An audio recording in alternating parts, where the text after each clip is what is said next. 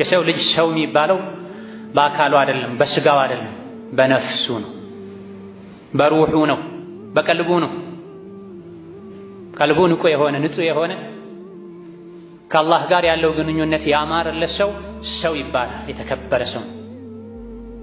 በተቃራኒው ደግሞ ውጩን አሳምሮ አካላቱን አደልቦ ልቡ ውስጥ ግን የአላህ ውዴታ፣ የአላህ ፍራቻ፣ የአኺራ ጉዳይ ከሌለ እሱና እንስሳት እኩል ናቸው።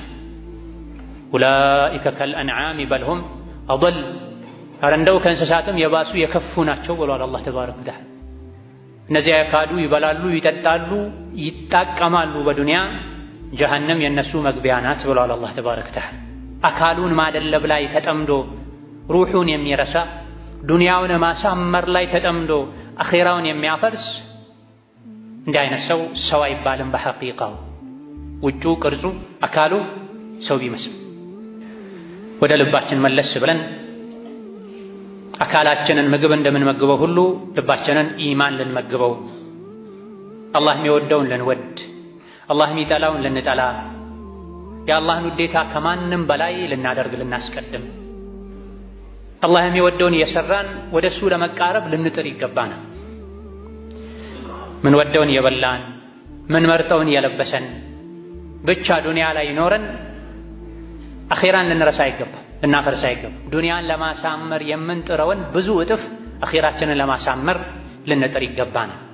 ዱንያን ለማስተካከል የምንከፍለውን ዋጋ ብዙ እጥፉን ከፍለን አኺራችንን ልናስተካከል ይገባናል። ዱንያ ላይ እንግዶች ነን፣ መንገደኞች ነን። አንድ ቀን ከዱንያ መውጣታችን አይቀርም። በምን መልኩ ነው የምንወጣው? ሊያሳስበን ይገባል፣ ሊያስጨንቀን ይገባል። ዱንያ ላይ ጥሩ በልቶ ጥሩ ጠጥቶ ጥሩ ለብሶ ከመደሰት የበለጠ የሚያስደስት ነገር ዚክር ነው፣ ስጁድ ነው፣ ቁርአን ነው፣ ኸይር ላይ እጅን መዘርጋት ነው፣ ለአላህ ብሎ መዋደድ ነው፣ መስጂድ ማዘውተር ነው፣ አይንን ከሐራም ሰበር ማድረግ፣ አላህ ያዘዘውን መፈጸም፣ የከለከለውን መከልከል ዱንያዊ የተለያዩ አስደሳች ነገሮችን ከማድረግ የተሻለ ደስታን ይሰጣል። በተቃራኒው ይሄን ደስታ ያላጣጣመ ሰው የሚሰግደው ሶላት፣ የሚያደርገው ስጁድ፣ የሚቀራው ቁርአን፣ የሚያደርገው ሐጅና ዑምራ፣ የሚሰጠው ሰደቃ ከዱንያዊ ቁሳቁስ የበለጠ ካላረካው ካላኮራው አንድ ሰው ልቡን ሊፈትሽ ይገባዋል።